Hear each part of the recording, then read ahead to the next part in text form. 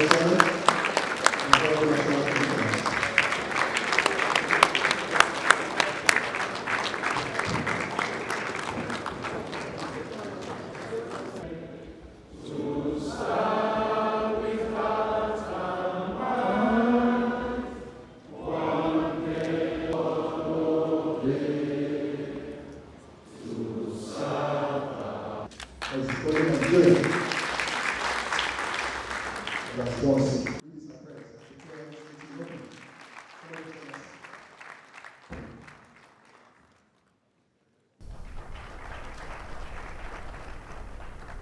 have the headquarters, you have the state offices.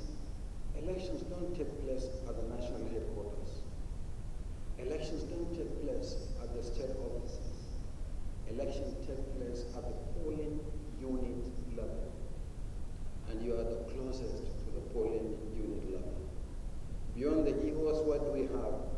Racks and super racks, and then polling units. And so you play a very, very critical role indeed in the conduct of elections. And that's why we can't conduct a review of the elections without involving those who made the election tick. So let me say on behalf of the Commission, we're extending our profound appreciation for the sacrifice, dedication, and commitment of all the EOs for the 2023 election. You received materials in good time, activated the racks, dealt with transportation issues, and through your hard work and the support of the Commission, for the first time in the last 4 electoral cycles, presidential and National Assembly elections were not postponed even for 1 hour. Even the governorship election that had to be adjusted by a week, it wasn't for reason of lack of preparation by the Commission. It was essentially a legal issue, and we were able to remove the incumbents to enable us to conduct the elections. So once again, let me welcome the EOs in a very special way, and I think it is in appreciation of the role of the EOs that the Chief Technical Advisor decided not to take his designated seat. He decided to sit with the EOs. So for this meeting, Professor Eila is an honorary EO. Other senior officials of the Commission, members of the INEC Press Corps, ladies and gentlemen, it is my pleasure to welcome you all to this meeting. Some of you here today may recall that at the meeting with the resident electoral commissioners held 2 weeks ago, on Tuesday, 4th July 2023, the Commission announced the commencement of the review of the 2023 general election. This was followed a week later by state-level review meetings nationwide involving our regular staff as well as some of the ad hoc staff. Today, we commence a more engagement at the national level with the Commission's frontline officials, the electoral officers. We also considered it appropriate to interface with transport providers to review logistic arrangements by inviting the leadership of the National Union of Road Transport Workers, the National Association of Road Transport Owners, and the Maritime Workers Union of Nigeria. There is no doubt that the success of any election primarily depends on the ability to deploy personnel and materials to various locations. In Nigeria, this involves the biggest logistics deployment the nation periodically undertakes across vast terrains and often difficult topography. There is no logistic activity that this nation undertakes in peacetime or even in wartime like elections, where personnel and materials are deployed to almost 180,000 locations by land, by air, and by sea, and you make this happen. I think you deserve to clap for yourself for the service you render to this country. Now, logistics or transportation has been a perennial challenge over time, but is now compounded by the issue of infrastructure and insecurity. However, the Commission has to deploy personnel and materials not only for election day activities, but electoral activities in general, covering the period before, during, and after the elections. Many of the activities, such as the continuous voters registration, monitoring of party primaries for the nomination of candidates for the election, and the procurement and deployment of sensitive and non-sensitive materials must be accomplished ahead of the election. Otherwise, critical election day processes will be impossible. This meeting, therefore, provides an opportunity to interact on a wide range of themes covering at least 10 critical areas which I've highlighted. Number one, we need to review the general state of preparedness for the 2023 general election. Number two, voters' registration process and the associated issues of adequacy, timing, display of the voters' register for claims and objections, clean up of the voters' register, and collection of the PVCs, the permanent voters' card. Number three, recruitment, training, deployment, and remuneration of ad hoc staff, including specific issues of mode of recruitment, conduct of training, effectiveness and utility of the e-learning platforms, and strategy for efficient payment of ad hoc staff. Four, matters arising from the implementation of the expansion of voter access to polling units.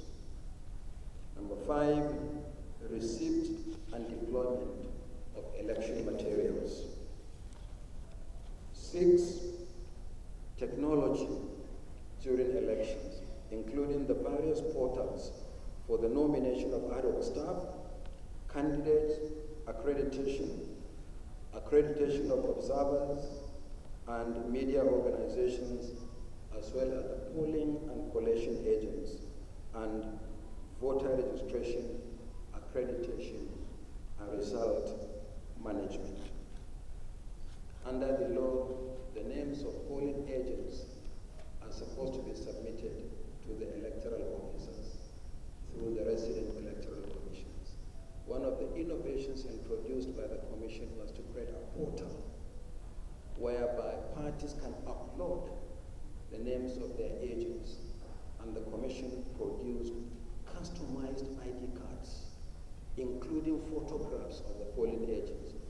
And in 2023, for the general election, we produced well over 1.5 million identity cards for polling and collation agents. Number seven, election security.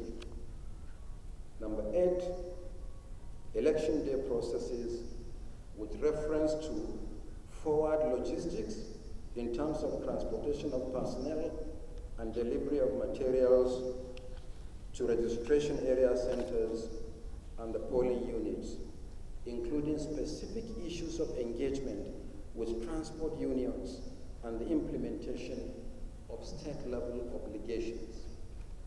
We have a memorandum of understanding with the unions, but we have contracts with individual transport providers, and a certain percentage of the cost of each vehicle goes to the unions for effective supervision. Would like to hear from you, how effectively did this work? And reverse logistics. It's not only about forward logistics, but reverse logistics, and movement of personnel and retrieval of field assets. When they deployed the ad hoc personnel and the materials, were the vehicles available for reverse logistics? we need to hear from you. Number 9, inventory of election materials, particularly the status and storage of reusable assets such as ballot boxes, voting cubicles, electric power generators, and so many more. These are materials that we use over and over again, and therefore all usable materials we must have an inventory of them. Number 9, fiscal conditions of storage and other immovable facilities. How good are the storage facilities in the various local government offices? And what about the assets? Bearing in mind that in addition to conducting pre-election activities and electoral activities, INEC also manages some of the largest real estate in this country. Very few people know that we have over 1,000 buildings that INEC has to maintain. The headquarters in Abuja, the annex in Blantyre, the Electoral Institute, 36 state offices, plus the FCT 37. We have 6 zonal stores, 2 sub-zonal stores in Lagos and Kano. We have offices in 774 local government areas. In some places, because of difficult terrain, we have actually more than 1 office. So we maintain 1,000 buildings as an agency. So it's not just about the conduct of elections. So we'd like to know how well are we doing in terms of the opportunity we have for the storage of facilities and in terms of the maintenance of our movable and immovable assets. And some of these facilities are not just administrative facilities for the convenience of management or administration of elections. They are also electoral facilities because some of them serve as collation and declaration centers during elections. So similarly, in line with the Commission's policy, when the review engagements are completed, a comprehensive report will be prepared.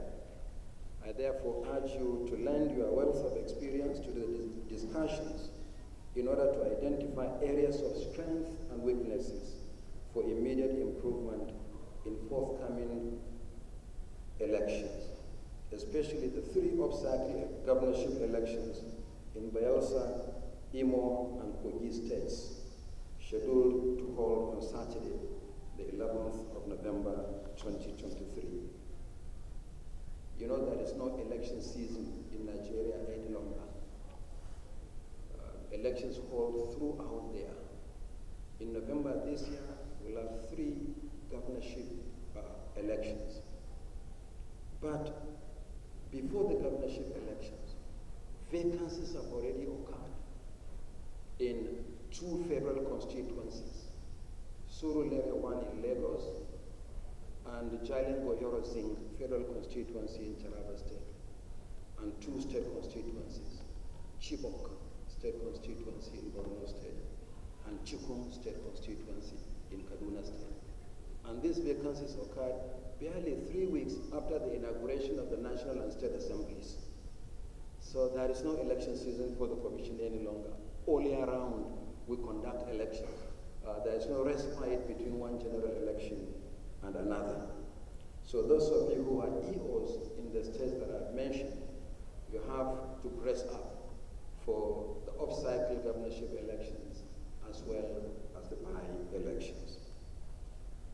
I want to assure Nigerians that in the next 2 weeks, the Commission plans to hold more engagements with internal and external stakeholders, including political parties, civil society organizations, the media, and security agencies.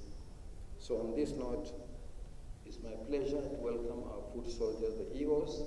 It's also my pleasure to welcome the transport unions to this meeting. I thank you and God bless.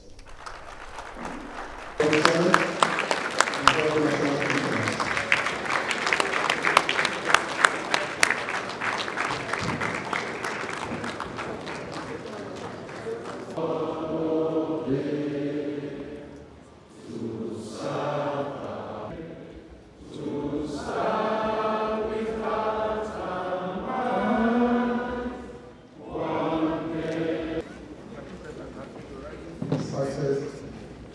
or rather, we sang national anthem and we prayed the circumstances